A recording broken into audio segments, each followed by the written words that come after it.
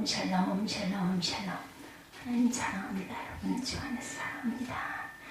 예, 정욕으로의 싸움에 대해서 이제부터 말씀합니다. 야고 사도는 성도들이 모든 일에 있어서 자신을 부인하고 하나님의 주권을 인정하여야 함을 강조하죠. 육체의 정욕을 버리고 하나님의 뜻을 쫓고 스스로 겸손히 행함으로 하나님이 함께 하시는 축복을 받아야 한다는 것입니다. 욕심을 쫓는 자에 대해서 정욕의 싸움을 말씀하고 있죠. 너희 중에 싸움이 어디로부터, 다툼이 어디로부터 나오느냐? 너희 지체 중에서 싸우는 정욕으로부터 나는 것이 아니냐? 싸우는 정욕으로부터. 사람이 싸우는 것이 정욕을 추천한 것이라고 내어도 얻지 못하고 살인하며 시기하여도 능히 그 욕심을 채울 수 없음을 교훈하고 있습니다. 이전에 너희는 욕심을 내어도 얻지 못하며 살인하며 시기하여도 능히 취하지 못하므로 다투고 싸우는도다.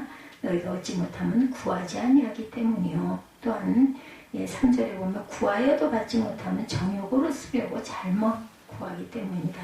인간이 욕심을 부리는 것이 헛되고 아무 만족도 얻을 수 없음을 만족하지 못하죠. 만족했는가 하면 또 좀 더 이렇게 됩니다. 인간의 욕심은 한이 없어서 많은 것을 소유하면 할수록 많은 것을 가지면 가질수록 더 많은 것에 대한 욕심을 가져서 더욱 가난하게 돼요. 마음이 점점 가난해지죠. 그럼 세상의 욕심조차 행하는 자는 어떤 상황 속에서도 만족이 없고 그로 인하여 다른 사람과 싸우고 다툼을 일으킨다라고 말하고 있습니다. 악을 꾀하는 자의 다툼입니다. 잠언 6장 14절에 그의 마음에 배역을 품으며 항상 악을 꾀하여 다툼을 일으키는 자라 이렇게 말하고 있어요. 마음에 패역을 품으며 악을 꾀하여 다툼을 일으킨다. 부패한 마음이라고 디모데전서 6장 5절에도 마음이 부패하여지고 진리를 잃어버려 경건을 이익의 방도로 생각하는 자들이 다툼이 일어난다라고 말하고 있어요. 경건을 이익의 방도로 이렇게 방편으로 삼는 그런 생각을 하는 자들은 그런 다툼이 일어난다. 잘못 구하여 받지 못한다고 말씀하죠. 3절에 보면 구하여도 받지 못하면 정욕으로 쓰려고 잘못 구하기 때문이다 이렇게 말합니다. 인간이 행복을 누리기 위해서 욕심을 쫓아 행함으로는 불가능하고 오직 하늘로부터 내리는 은혜 받을 때만 가능하다. 그래서 야고보 사도는 인간이 얻지 못하면 구하지 아니함이고 구하여도 받지 못하는 것은 정욕에 쓰려고 잘못 구하였기 때문이다. 이는 인간이 하나님께 구할 때의 자세가 어떠하여야 함을 교훈합니다. 하나님께 구할 때 인간의 욕심을 위하여 구하여서는 안 되고 오직 하나님 나라와 그의 영광을 위하여 구해야 한다. 그때 하나님께서 사람이 이 땅에 사는 동안 필요한 모든 것까지 채워주신다. 피가 가득한 손으로 기도하죠. 이사야 1장 15, 16절입니다. 너희가 손을 펼 때 내가 내 눈을 너희에게서 가리고 너희가 많이 기도할지라도 내가 듣지 아니하리니 이는 너희의 손에 피가 가득함이라. 너희는 스스로 씻으며 스스로 깨끗하게 하여 내 목전에서 너희 악한 행실을 버리며 행악을 그치라고 말하고 있어요. 하나님과 원수된 세상과 벗된 자입니다. 4절에 가늠한 여인들아 세상과 벗된 것이 하나님과 원수됨을 알지 못하느냐. 그런즉 누구든지 세상과 벗이 되고자 하는 자는 스스로 하나님과 원수가 된다라고 말합니다. 너희는 하나님이 우리 속에 거하게 하신 성령이 시기하기까지 사모한다 하신 말씀을 헛된 줄로 생각하느냐. 그러나 더욱 큰 은혜를 주시나니 그러므로 일렀을 때 하나님의 교만한 자를 물리치시고 겸손한 자에게 은혜를 주신다 하였느니라. 간음은 육체의 정욕을 쫓아 하나님의 법을 어기는 가증한 죄입니다. 우상숭배와 같은 거죠. 여기서 세상과 벗된다는 것은 정욕을 따라 사는 삶을 말하죠. 하나님과 벗된 자는 하나님의 뜻을 위하여 자신의 욕심을 제하고 경건하게 사는 자죠. 세상을 사랑하는 자들 요한 2장 15, 16절입니다. 이 세상이나 세상에 있는 것들을 사랑하지 말라. 누구든지 세상을 사랑하면 아버지의 사랑에 그 안에 있지 아니하다. 16절에도 이는 세상에 있는 모든 것이 육신의 정욕과 안목의 정욕과 이상의 사랑이니 다 아버지께로부터 온 것이 아니고 세상으로부터 왔다고 요한일서 2장 15절 16절에 모든 것이 육신의 정욕과 안목의 정욕과 이생의 자랑이라고 합니다. 세상에 있는 모든 것 아버지께로부터 온 것이 아니고 세상으로부터 온다. 육신의 정욕, 이생의 자랑, 안목의 정욕 모두 다 세상으로부터 왔다. 땅의 입만 생각하는 자들이죠. 빌립보서 3장 19절에 그들의 마침은 멸망이요 그들의 신은 배요 그 영광은 그들의 부끄러움이 있고 땅의 일을 생각하는 자라 말하고 있어요. 겸손히 하나님을 가까이 하라. 6절에 보면 그러니 더욱 큰 은혜를 주시나니 그러므로 일렀을 때 하나님이 교만한 자를 물리치시고 겸손한 자에게 은혜를 주신다 하였느니라. 7절에 그런즉 너희는 하나님께 복종할지어다 마귀를 대적하라. 그리하면 너희를 피하리라. 마귀를 대적하면 그들이 피한다는 거죠. 야고보 사도는 하나님께서 우리 속에 거하게 하신 성령이 시기하기까지 사모한다는 말씀을 강조하면서 하나님께서 교만한 자를 물리치시고 겸손한 자들에게 은혜를 내려주심을 강조합니다. 하나님 앞에서의 겸손은 모든 주권이 하나님께 있음을 인정하고 모든 일에서 하나님의 뜻을 우선으로 생각하고 행하는 것이죠. 이러한 하나님 앞에서의 겸손은 그리스도께서 하나님의 뜻을 따라 십자가를 지심으로 보여주셨어요. 하나님께서는 그를 영광의 부활로 높이심으로 겸손한 자를 높이시는 역사를 증거해 주십니다. 겸손한 자를 구원하셨죠. 욥기 22장 29절에도 사람들이 너를 낮추거든 너는 교만했노라 말하라. 하나님은 겸손한 자를 구원하시리라. 예, 영을 솟게 하십니다. 이사야 57장 15절입니다. 지극히 존귀하며 영원히 거하시며 거룩하다 이름하는 이가 이와 같이 말씀하시되 내가 높고 거룩한 곳에 있으며 또한 통회하고 마음이 겸손한 자와 함께 있나니 이는 겸손한 자의 영을 소생시키며 통회하는 자의 마음을 소생시키려 함이라 말씀하고 있어요. 마귀를 대적하라 그러죠. 7절에 보면 너희는 하나님께 복종할지어다 마귀를 대적하라. 그리하면 너희를 피하리라. 야고보서들은 성도들에게 하나님께 순복할 것을 명하면서 마귀를 대적하면 마귀가 피할 것임을 교훈합니다. 더는 하나님을 가까이 하면 하나님께서 가까이 하실 것이라고 8절에 하나님을 가까이 하라. 그러면 너희를 가까이 하시리라. 죄인들아 손을 깨끗이 하라. 두 마음을 품은 자들아 마음을 성결하게 하라. 슬퍼하며 애통하며 울지어다. 너희 웃음을 애통으로 너희 즐거움을 근심으로 바꿀지어다. 주 앞에서 낮추라. 그러면 주께서 너희를 높이시리라. 우리가 주 앞에서 낮출 때 하나님께서 우리를 높여주시죠. 예, 하나님이 함께하여 주심의 복은 하나님께서 이스라엘 백성과 맺으신 언약이었고 그리스도는 세상 끝날까지 함께하여 주신다고 약속하셨죠. 틈을 주지 말라고 에베소서 4장 27절에 마귀에게 틈을 주지 말라. 깨어서 근신하라. 베드로전서 5장 8절이죠.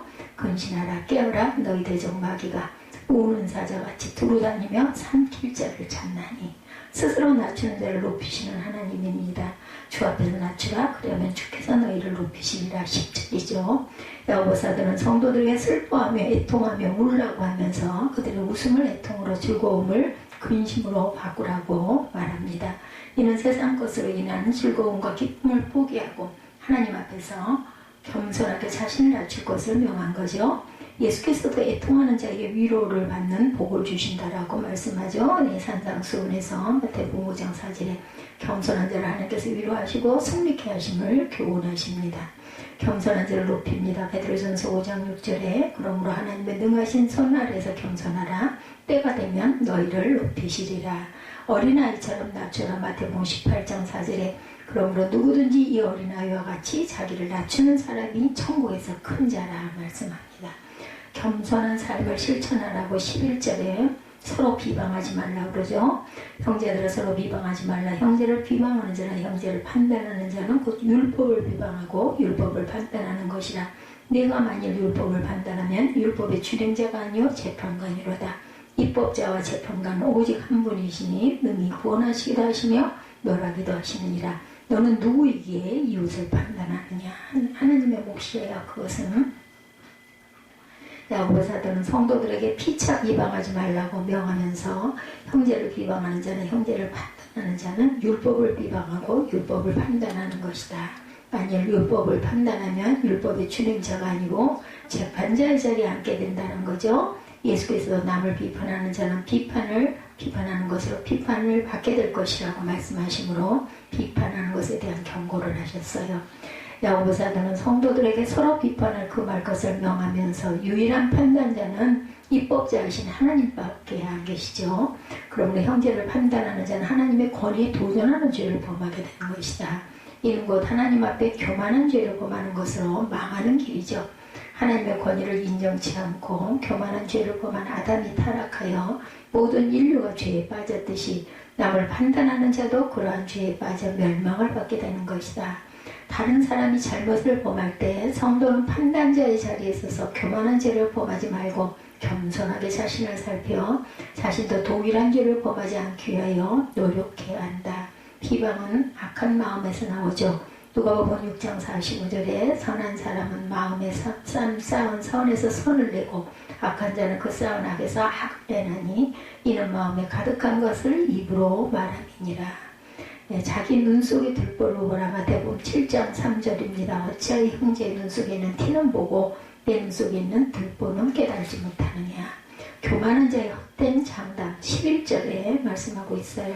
형제들 서로 비방하지 말라. 형제를 비방하는 자나 형제를 판단하는 자는 율법을 비방하고 율법을 판단하는 것이라.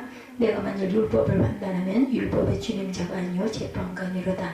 입법자와 재판관 오직 한 분이시니 능히 구원하시기도 하시며 멸하기도 하시느니라. 너는 누구이기에 이웃을 판단하느냐. 사람이 삶에 있어서 하나님의 주권을 겸손히 인정함이 중요함을 강조하기 위하여 한 예를 들었어요. 그것은 자신의 앞일을 계획하고 스스로 장담하는 자에 대한 예입니다. 자신이 장사하여 일을 보겠다는 인간의 장담은 하나님의 주권을 인정치 않고 자신의 힘으로 성공하겠다는 교만한 생각을 표현한 것이다. 야고보서는 사람이 무엇이든 계획을 세울 때 하나님의 뜻이면이라는 단서를 붙여야 함을 강조하므로 하나님의 주권을 인정하는 것을 교훈합니다. 내일 일을 알 수 없어요. 잠언 27장 1절이죠. 너는 내일 일을 자랑하지 말라. 하루 동안에 무슨 일이 일어날는지 내가 알 수 없습니다. 알 수 없죠. 우리가 아침에 일어났을 때 내가 길 가다가 교통사고가 날지 알 수가 없습니다. 풀과 같은 인생 시편 90편 5절이죠. 주께서 그들을 홍수처럼 쓸어가시나이다. 그들은 잠깐 자는 것 같으며 아침에 돋는 풀 같으니이다. 우리의 삶이 그렇습니다. 허탄한 자랑은 악한 것이라고 13절과 16절에 말씀하고 있죠. 들으라. 너희 중에 말하기를 오늘이나 내일이나 우리가 어떤 도시에 가서 거기서 1년을 머물며 장사하여 이익 보리라 하는 자들아. 내일 일을 너희가 알지 못하는도다. 너희 생명이 무엇이냐. 너희는 잠깐 보이다가 없어지는 안개니라. 너희가 도리어 말하기를 주의 뜻이면 우리가 살기도 하고 이것이나 저것을 하리라 할 것이오늘. 16절에 이제도 너희가 허탄한 자랑을 하니 그러한 자랑은 다 악한 것이라. 그러므로 사람이 선을 행할 줄 알고 행하지 아니하면 죄라고 말합니다. 알면서도 안 하는 건 더 큰 죄죠. 또한 사람이 선을 행할 줄 알고 행치 아니하면 죄임을 강조하므로 진리를 아는 성도들이 진리를 따라 행하여야 할 책임이 막중하다 이렇게 교훈합니다. 물론 몰라서 죄를 범하는 것도 하나님께 심판을 받을 수밖에 없으나 알고도 행치 않은 죄는 더욱 그 죄가 크다라는 것이죠. 마음의 소욕을 자랑하는 악인입니다. 시편 10편 3절입니다. 악인은 그의 마음의 욕심을 자랑하며 탐욕을 부리는 자는 야훼를 배반하여 멸시하나이다. 하나님의 끊으시는 자랑하는 혀입니다. 시편 12편 3절에 야훼께서 모든 아첨하는 입술과 자랑하는 혀를 끊으신다 이렇게 말하죠. 사람이 눈에 보이는 윤리적인 죄뿐만 아니라 모든 삶 가운데 하나님의 주권을 인정치 않는 것이 죄악임을 깨달아 성도는 언제나 하나님을 인정하고 하나님만 의지하는 저와 여러분이 되셔야 합니다. 하나님의 주권을 인정하고 겸손하게 행하는 자에게는 하나님의 축복이 약속되어 있는 반면에 하나님을 인정치 않는 교만한 자에게는 패망이 예비되어 있음을 잊지 말아야 되겠다. 사장의 인생에서 일어나는 다양한 전쟁에 대한 이야기를 야고보 사도가 하고 있죠. 그리스도인들에게서부터 일어난다. 그런 전쟁이. 너희 중에 싸움이 어디로부터 다툼이 어디로부터 나느냐. 너희 지체 중에 싸움은 정욕으로부터 나는 것이 아니냐. 마음의 욕심이 교회 안에서 싸움을 만들어낸다는 거죠. 야고보서 3장 14절 16절에도 증거합니다. 그러나 너희 마음속에 시기와 다툼이 있으면 자랑하지 말라. 진리를 거슬러 거짓말하지 말라. 이러한 지혜는 위로부터 내려온 것이 아니요 땅 위의 것이요 정욕의 것이요 귀신의 것이니 시기와 다툼이 있는 곳에는 혼란과 모든 악한 일이 있다라고 말씀하고 있어요. 정욕은 간절히 바라는 것을 뜻하였지만 원래는 사람의 성정이 타락한 후에는 세상을 향한 욕망을 가리키게 돼서 그 정욕이라는 게 정확한 뜻은 신명기 15장 15절 14장 26절에 사람이 간절히 바라는 거. 근데 이것이 타락이 돼서 이제는 세상을 향한 욕망으로 이것이 둔갑이 됩니다. 그래서 대개는 육적 음욕을 품은 욕망을 가리킵니다. 정욕이라는 것은 원래는 그렇지 않았는데 갈라디아 5장 17절에 보면 육체의 소욕은 성령을 거스르고 성령은 육체를 거스르나니 이 둘이 서로 대적함으로 너희가 원하는 것을 하지 못하게 하게 함이라 말씀하고 있어요. 갈라디아서 5장 17절이죠. 성령에 의해 새로워진 마음이 원하는 것들이 육신적인 악한 욕망을 대적한다고 말합니다. 야고보서 4장 13절부터 잠깐 봅니다. 17절까지 들으라 너희 중에 말하기를 오늘이나 내일이나 우리가 어떤 도시에 가서 거기서 1년을 머물며 장사하여 이익을 보리라는 자들아 내일 일을 너희가 알지 못하는도다. 너희 생명이 무엇이냐 너희는 잠깐 보이도 없어지는 안개니라. 너희가 도리어 말하기를 주의 뜻이면 우리가 살기도 하고 이것이나 저것을 하리라 할 것이오늘 이제도 너희가 허탄한 자랑을 하니 그러한 자랑은 다 악한 것이라. 그러므로 사람이 선을 행할 줄 알고도 행하지 아니하면 죄니라. 그러므로 패망 앞에 교만이 있게 마련이라고 잠언 16장 18절에 교만은 패망의 선봉이요 거만한 마음은 넘어짐의 앞잡이다. 자랑하는 자는 자기를 낮추고 주님을 자랑해야 되죠. 고린도전서 1장 31절입니다. 기록된 바 자랑하는 자는 주 안에서 자랑하라 함과 같게 하려 함이라. 마귀의 지혜, 다윗의 지혜, 초신자, 목사 이런 사람들 디모데전서 3장 6절에 새로 입교한 자도 말지니 교만하여져서 마귀를 정죄하는 그 정죄에 빠질 거함이라. 교만하여져서 마귀를 정죄하는 그 정죄에 네가 빠질 거함이라 말하는 거죠. 이렇게 초신자들 이런 것 조심해야 됩니다. 멋모르고 날뛰는 경우가 있죠. 시간과 생명의 주인이신 하나님이시죠. 오늘 본문 말씀 4장 13절에서 17절까지 아까 우리 잠깐 읽었죠. 우리가 코로나 사태를 겪으면서 뼈저리게 느끼는 것은 미래를 계획하는 것이 우리 힘으로 할 수 있는지 아니구나. 저는 정말 많이 느낍니다. 특히 건강이 약해져서 하나님께서 제가 꼭 할 수 있는 것만 할 수 있게끔 해놓으셨구나. 아무리 내가 앞서가서 별짓을 다 해도 결국은 무릎을 꿇을 수밖에 없는 게 우리 인생입니다. 그동안 우리는 미래에 대한 계획을 세우고 그 세운 계획을 성취하기 위해서 여기서 최선의 노력을 다하면 얼마든지 대단한 열매와 결코 성과를 얻을 수 있다고 생각하지만 한순간이죠. 미련한 그 부자 이야기 우리가 너무나 잘 알죠. 오늘 밤에 내가 네 생명 걷어가면 네 건 다 누게 되니 하나님이 물으십니다. 우리는 뭐 어쩔 수가 없어요. 욕심낼 것도 없습니다. 하루하루를 그저 기쁘고 감사하게 살아내는 게 가장 하나님 보시기에 온전한 모습. 인생이 잘하면 뭘 얼마나 잘하겠습니까? 코로나 사태를 지나면서 깨달은 것 한 치 앞도 내다볼 수 없는 것. 저는 어느 날 지나가다가 교통사고가 나 있는 모습을 보면서 엄청나게 차가 밀리고 사이렌이 울리고 해서 도대체 무슨 사고가 얼마나 났길래 했더니 세상에 막 4중인가 5중 충돌이 일어난 거예요. 그래서 저는 지나가면서 가까스로 오기를 한참 만에 지나가면서 저기에 타고 있는 저 사고 난 사람들이 아침에 일어났을 때 그걸 생각이나 했겠는가. 그렇죠? 그렇기 때문에 우리는 매일매일이 마지막 날처럼 특히나 이렇게 세상이 세월이 어수선한 이때에는요. 하루하루를 마지막 날처럼 감사하면서 오늘 하루도 하나님 잘 살게 해주셔서 감사합니다. 자족하는 마음으로 살아야 합니다. 우리가 할 수 있는 게 정말 얼마 안 돼요. 없어요. 별로 없습니다. 오늘 본문에 등장한 어떤 사람도 오늘이나 내일이나 우리가 어떤 도시에 가서 거기서 1년을 멀미만 장사하여 이익을 보리라 13절에 그렇게 거창한 계획을 세웠다 할지라도 일순간이죠. 오늘과 내일이라는 시간도 자신의 것이라고 생각을 했고 어느 도시로 가겠다면서 환경에 대한 선택권도 자기에게 있다고 생각해 교만입니다. 이 모습 모두가. 그냥 정상적인 거예요. 다 그런 계획 세울 수 있죠. 그런데 하나님의 시선으로 볼 때는 정말 어리석은 거죠.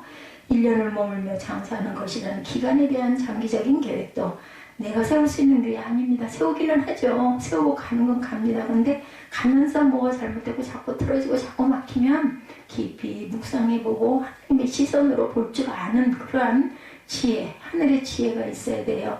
네가 그런 거 잘 알아서 해라 이렇게 할 것이 아니라 하나님께 기도해보자 하고 얘기해야 되는 거죠. 믿음의 선진들이 자녀들을 길러도 올바른 길로 가지 않는데 그걸 본인에게 맡겨놓는 거 정말 그 위험한 일입니다.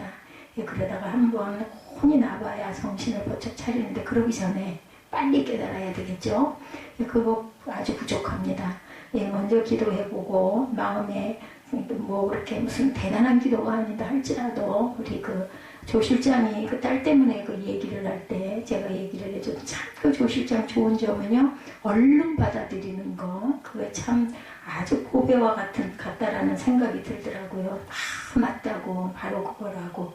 정말 마음이 다 시원해졌다고. 딸이 원하지 않는 청년하고 1학년 때 교제에서 끊어진 줄 알았더니 지금도 이제 졸업하고 이제 병원에 취업을 했는데, 근데 그 딸이 착한 거예요. 엄마를 자꾸 속이고 거짓말을 하니까 엄마 눈에 그게 보이니까 막 화가 나가지고 딸을 미워하니까 딸은 딸내로 자꾸 피하고 자꾸 거짓말을 해서, 그래 자꾸 그러니까 딸이 더 그렇지. 그러고 얘기를 했어요. 마음을 비우고 그냥 안 되는 거는 하나님께 맡기고 기도하자고. 간지로 한 자라니 그걸 좋다고 하겠어요. 그 우리 집 어떤 딸내미하고 바뀐 것 같은 그런 생각이 들더라고요.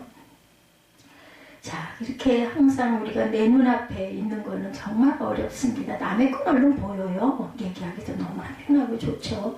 근데 그것을 뻔히 알면서도 깨달지 못했을 때, 옆에서 알려줄 때 그거를 바로 받아들일 줄 아는 거, 그럼 그 구제가 될 수 있는 사람이거든요. 1년을 머물며 장사할 것이라는 기간에 대한 장기적인 계획, 이것도 자신이 세울 수 있고 이익을 보리라는 성취와 열매에 대한 확신도 가지지만 이것은 잠깐 동안일 뿐이라는 거죠. 시간과 환경과 기간과 열매에 대한 결정권이 절대로 우리에게 있지 않아요. 농부가 열심히 누구나 다 똑같아요. 좋은 것을 열심히 형성껏 잘 심어서 잘 자라게 피도 뽑아주고, 그죠? 예, 필요할 때 물도 인위적으로도 공급되고 아무리 하지만 한번 쓰나미가 불고 지나가 버리거나 장마가 줄기차게 와버리거나 하면은 뭐 그 고생하고 수고한 모든 것 다 헛사가 되는 거죠. 그렇지 않다 하더라도 하나님께서 좋은 햇빛을 주시고 좋은 바람을 주시고 공기를 주시면은 정말 그냥도 무럭무럭 자라 일어나죠. 주차장고 사이길 조그만 그 소로길에 조금 가다 보면 그 유치원 그 문이 있어요. 거기 그 놀이터 아주 조그맣게 만들어놨는데 그 소로길 바로 옆에 요만큼 해가지고 보니까는 꽃인 것 같아. 꽃들을 이렇게 줄을 맞춰가지고 예쁘게 이렇게 쭉 이렇게 심어놨는데 그 싹이 나가지고 요만하게 자랐더라고요. 한 5cm 정도. 얼마나 예쁜지 몰라요. 그걸 보면서. 이게 젊을 때 눈하고 젊을 때 바쁠 때는 뭐 그런 거 보나요? 정신없이 지나가는데 요즘에는 빠르게도 못 가서도 이기도 하지만 이렇게 보게 되더라고요. 얼마나 그렇게 예쁘게 그렇게 줄 맞춰 세우는 게 귀엽게 이렇게 자라있는지. 요만하게 자랐는데 아주 싱싱하게. 그게 그 식물은 그 채소는 아닌 것 같고 무슨 꽃이 피어지는 그런 것들을 아마 거기 수희 아저씨들이 심으라고 그러셔서 환경 때문에 심으러 오신 것 같아요. 여름이나 이제 봄이 조금 더 깊어지면은 그게 자라가지고 꽃이 피지 않겠나, 그걸 바라보는 눈이 생기더라고요. 나이가 들면 그런 것 같습니다.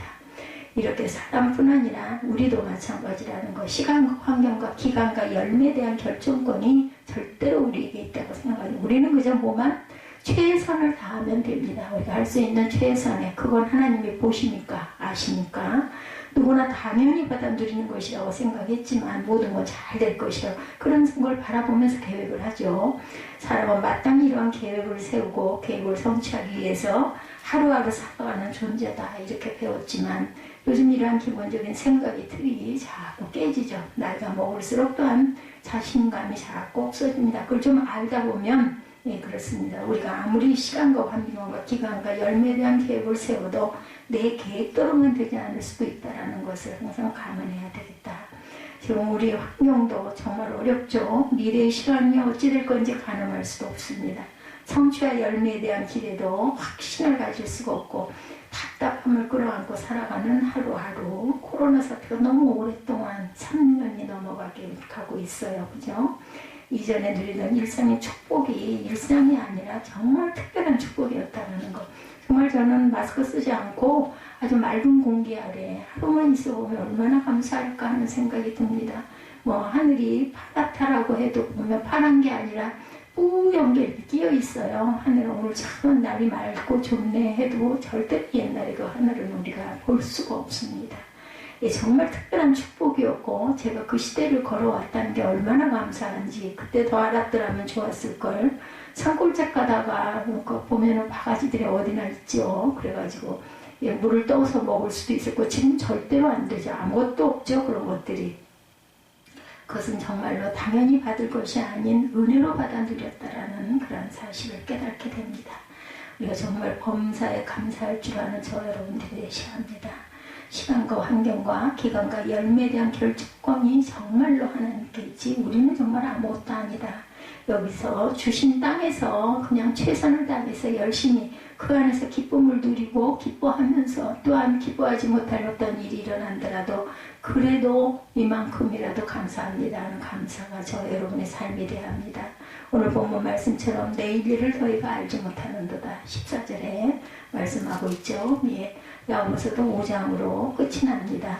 내일 일을 너희가 알지 못하는도다 너희 생명이 무엇이냐 잠깐 보이다 없어지는 안개죠. 정말 눈 깜짝할 사이에 그저 지나갑니다. 예, 봄하고 가을이 제일 좋아. 아들이 그런 이야기를 차를 타고 가면서 해요. 그래서 그런데 너무나 짧어. 그랬더니 그래도 여름보다 예, 훨씬 낫잖아. 여름엔 너무 싫어. 모기가 있어서 싫어. 이 얘기를 했습니다. 정말 저도 벌써부터 염려가 돼요. 그 모기가 올여름에도 그게 똑같이 그렇지 말아야 할 텐데 사람이 살 수가 없었어요. 예, 정말 이런 그 모기, 그 작은 모기를 점령을 못해가지고 잠을 못 자고 밤이면 그냥 정말 고생했죠. 처음이에요. 여기서 10몇 년을 있으면서 그런 일이 없었습니다. 이거 공사가 문제였던 것 같아요. 그 창이 거기가 비어있는 공간을 우리가 몰랐던 거죠. 내일 일을 이거 어떻게 알았겠어요. 저거 하면 너무 좋을 줄 알았더니 그걸로 인한 여러 가지 어려움, 불편함이 엄청 많고 여름에 잠을 못 자는 사태가 일어났습니다. 너희는 잠깐 보이다 없어지는 안개죠. 오늘 내일 1년이라는 시간이 하나님께서 주셔야 받을 수 있는 거.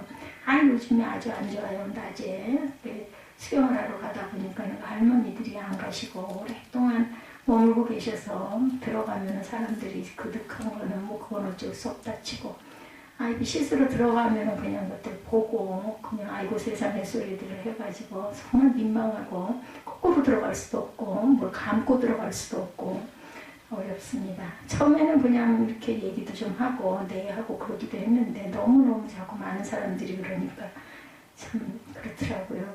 그러면서 느낀 거는 그렇지 내가 사는 게 이게 내가 사는 게 아니고 하나님께서 은혜로 주신 정말 선물이구나. 하루하루가 내가 서 있을 수 있는 사람이 아니죠. 예, 나이가 그렇게 드신 분들이 아이고 세상에 할 정도로 제 뒷모습이 이렇게 기가 막힐 정도이면 내가 살아있는 것 자체가 정말 기적인 것이고 하루하루 가스로 가고 오고 수영을 또 안 할 수는 없으니까 아무리 생각을 해봐도 아주 질려가지고 하루 좀 그냥 안 하고 쉬었으면 좋겠는데 쉬는 날 하루를 딱 있어 보면 정확하게 알아요. 아주 안 좋아요. 가가지고 수영을 하고 나면 정신도 좀 나고 몸도 좀 중심이 잡히는 것 같고 힘도 좀 나고 나중에 지칠 망정. 그러니까는 그리고 또 가서 누우면 시원하고 뒤가 쭉 펴지니까는 그 무게감도 없어지고 예, 너무 좋죠.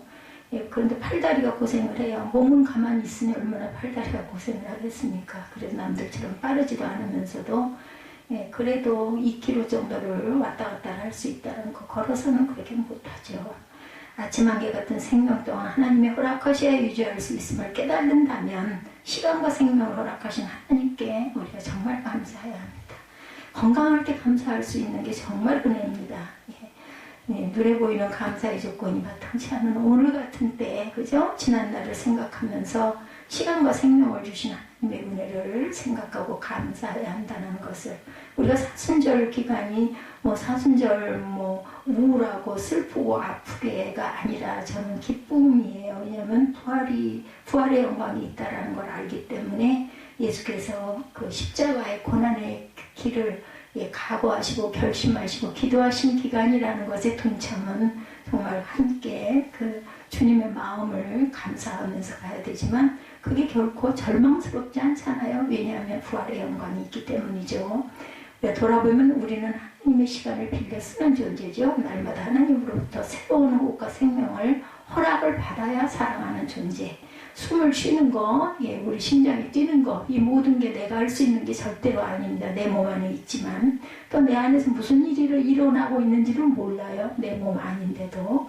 예, 그 나중에 기계에 비춰봐야 어떻게 생겼는지 알고, 예, 서울대병원 갔더니 아주 그렇게 반가워하실 수가 없어요. 갈수록 그 양반은 저를 왜 그렇게 반갑게 맞이하시는지. 방을 3개, 4개를 오고 가시거든요. 그분 혼자서 방 3개, 4개를. 그래서 순서가 저 뒤에 있어도 금방 순서가 옵니다. 그 대신 이제 짧죠. 면담하는 시간이 짧아요. 아이고, 목사님 오셨네요. 꼭 그렇게 인사를 하십니다. 그러면서 좀 어떠시냐고. 점점 더 아파요. 그랬더니 아유, 수술 아주 잘 됐고, 사진을 보니까는 정말 좋아지셔서 6개월 정도가 이 정도면 앞으로 걱정할 일이 없으실 거라고, 더 점점 나아질 거라고, 점점 나빠질 것 같아요. 그랬더니 하고 쓰시더래. 절대 그럴 리가 없다고. 이 새를 제가 얼마나 살아있을지 모르지만 요즘에 다 빼던데 저는 뺄 수도 없고 이거 어떻게 해요? 했더니 그건 빼는 게 아닙니다.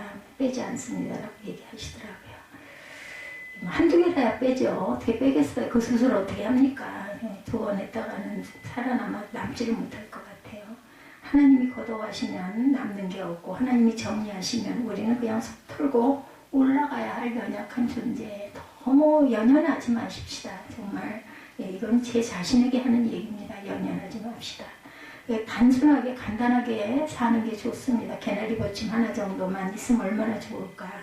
시간과 생명의 기회를 허락받음을 그리고 늘 우리는 감사하십시다. 그리고 하나님의 은혜를 깨달은 것에 또한 감사해야 합니다.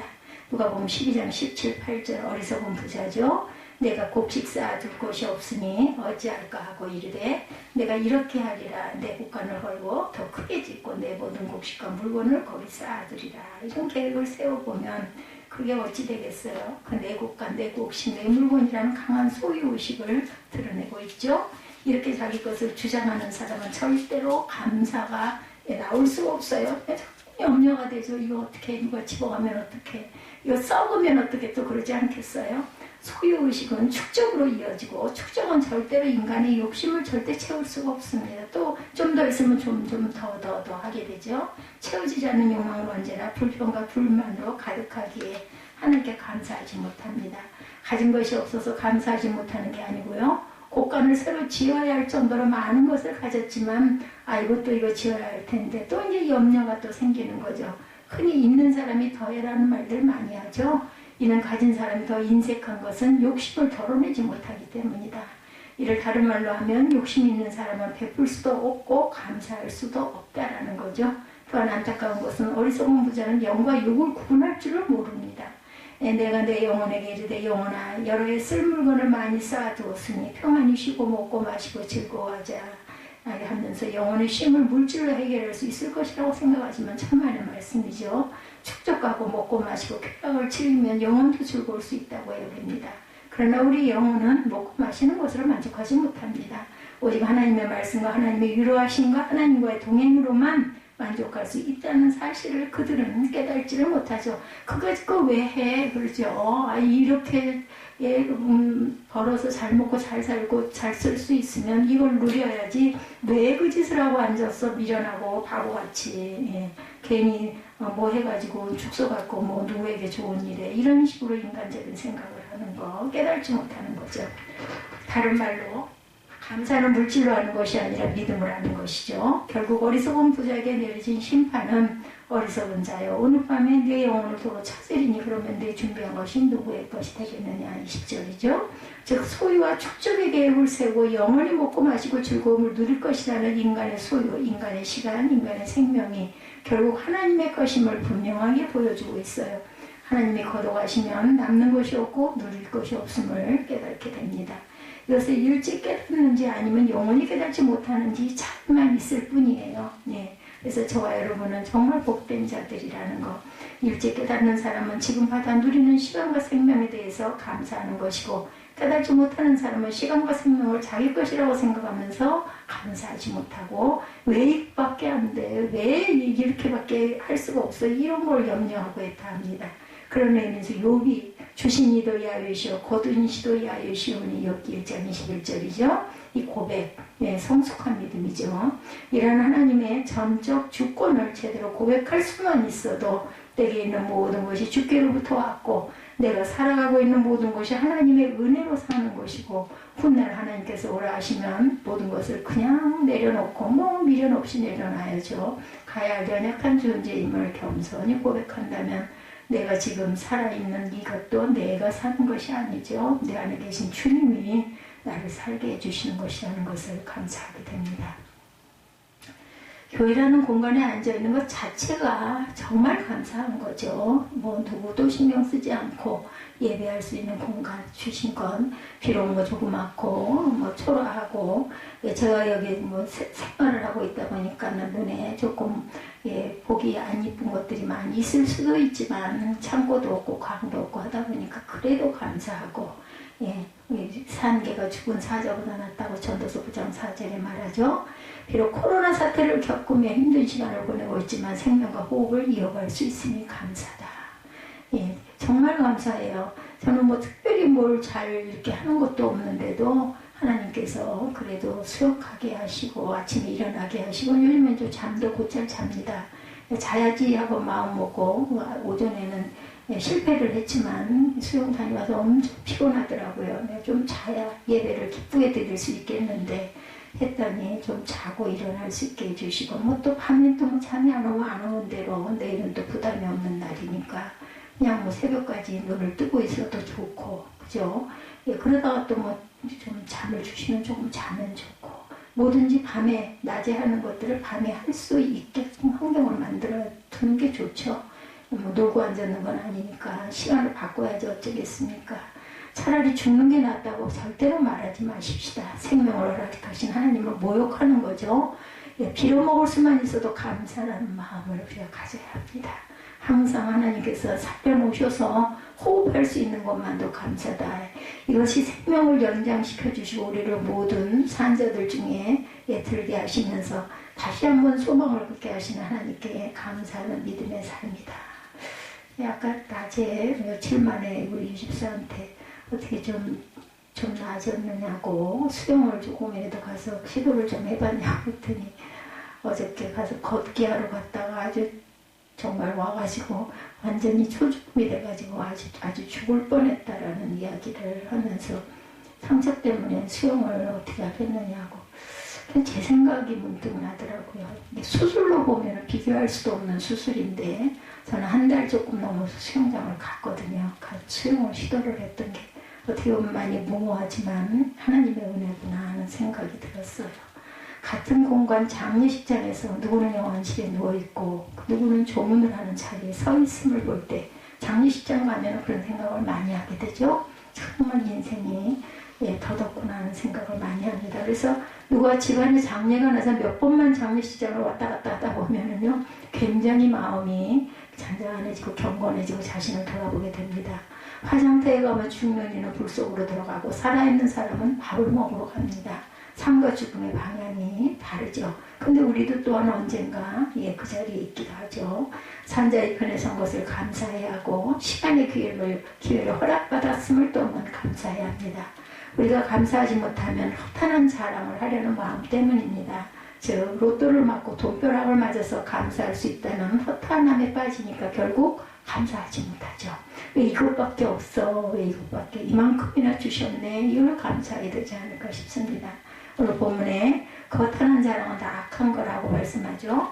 허탄한 자랑은 그 저변에 욕심과 욕망이 자라고 있다. 욕심은 분수 이상의 것을 생각하는 것이죠.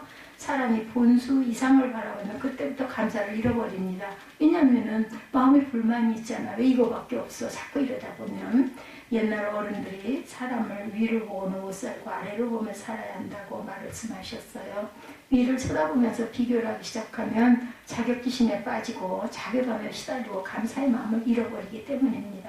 또는 허탄한 자랑은 장담을 하는 것이죠. 다른 말로 하면 맹세를 하는 것입니다. 오늘이나 내일이나 우리가 어떤 도시에 가서 옷에 1년을 머물며 장사해서 이익을 보리라 13절이죠.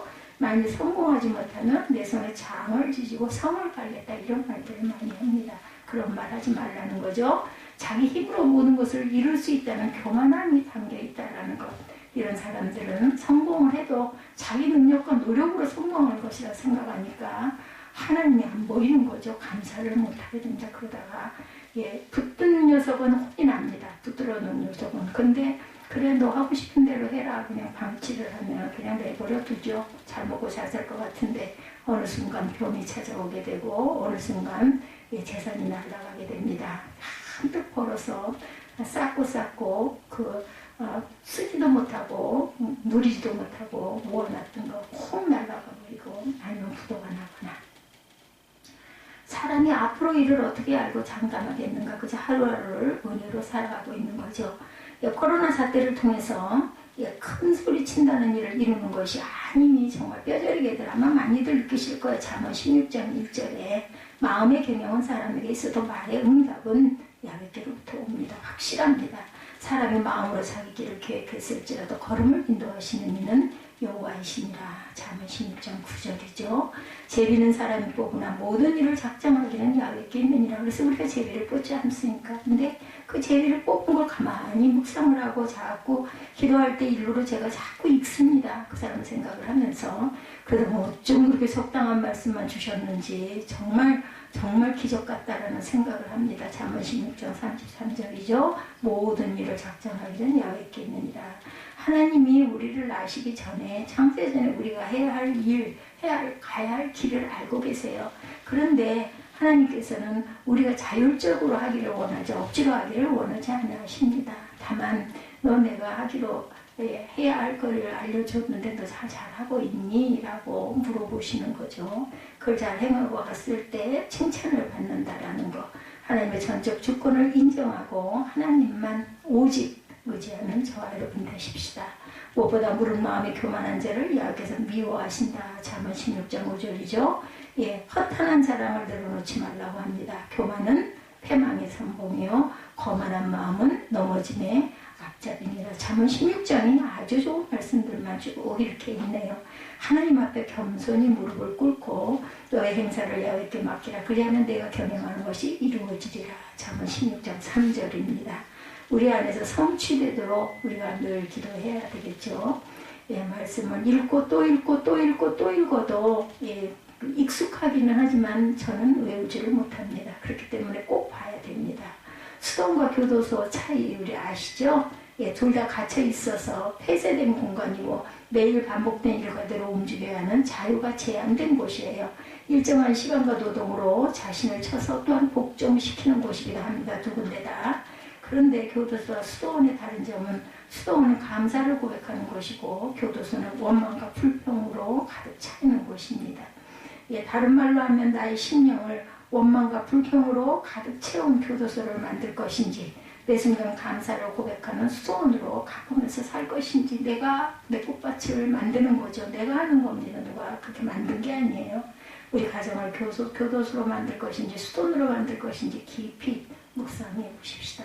중요한 것은 비록 장소는 교도소라 해도 감사가 넘치면 그곳이 수도원이 되고 아무리 수도원이라 해도 원망과 불평을 쏟아내면 그것은 교도소가 되고 말죠. 그 쉬운 예로 바울과 실라, 베드로는 감옥에서 찬송과 기도와 감사를 고백함으로 교도소를 수도원으로 만들지 않았어요. 오늘 우리가 사는 집들이 외형은 크고 좋아졌지만 혹시 원망과 불평이 가득해서 집이 아닌 교도소로 만들고 있는 것은 아닌지 우리가 한번 돌아봐야 합니다. 억지로 하는 감사는 유통기한이 짧습니다. 그렇죠? 마음에서 우러나오는 감사를 해야 솥도 끓이지 않아. 아유 그래도 부족해 더 해야 돼. 이런 마음들이 우러납니다. 강한 소유와 환경에 따른 무엇 때문에 소유와 환경에 따른 하는 감사는 소유와 환경이 바뀌면 또다시 변할 수밖에 없어요. 그러게 어떤 상황에서도 그럼에도 불구하고 그렇죠. 올리는 영원한 감사, 그 감사를 고백하시는 저와 여러분들의 마음밭이 되시게 되도록 우리가 또한 그것도 기도해야 합니다. 제가 그 조실장한테 크게 안 될 때는 마음을 달라. 그때 이제 그 분의 그 고민 중에 하나는 하나님의 뜻이 그 청년이 배우지 않는데 내가 이렇게 싫어하는 건 아니지 그게 또 염려가 된다. 그것도 기도해 보십시오 라고 얘기했어요. 하나님 그 청년이 이렇게 해서 건강도 찾고 이렇게 됐다라고 배우자인가요? 이걸 놓고도 기도를 해보고 저는 이러이러한 청년을 원하는데요 하고 한번 기도를 해보시고 딸을 더 사랑하는 마음으로 부어주라고. 쉽지 않죠. 저도 잘 못합니다. 그런데 그렇게 되다 보면 딸이 그런 거리를 거짓말하는 그런 것들 아마 그렇게 안 하고 고백하고 친구처럼 어떻게 할까 하고 이렇게 하면 상의를 해올 거고, 얼마나 착한 딸이냐고, 공부도 열심히 했고 떨어져서 잘했던 딸 아니냐고 했더니 맞다고 그러더라고요. 마음이 너무 시원하다고. 감사가 몸에 배도록 하면 매우 중요합니다. 몸에 배야 본능화시킬 수가 있죠. 본능화가 된 감사여야 어떤 환경에서도 변하지 않게 됩니다.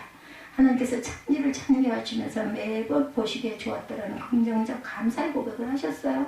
하나님처럼 우리도 똑같은 그런 작은 것의 들 보면서 눈이 열려서 감사할 줄 아는, 요즘 한가해져야 됩니다. 너무 바쁘면 안 보여요. 저도 바쁜 삶을 살아왔는데 요즘에 특히나 그런 생각이 참 많이 나더라고요. 정말 우리 마음밭을 정말 감사의 밭으로, 기쁨의 밭으로, 즐거움과 그 찬양의 밭으로 갖고 가야 되겠다. 그래야 우리 마음밭이 그런 밭이 되지 않겠어요? 인간은 하나님의 성품대로, 하나님의 형상대로 긍정과 감사의 마음을 품고 살도록 지음을 받았습니다. 그래서 감사를 고백해야 하나님의 자녀고, 감사를 잃어버리면 사단의 자식으로 전락을 한다는 것. 우리의 감사의 믿음은 환경을 초월하는 믿음이기 때문이죠.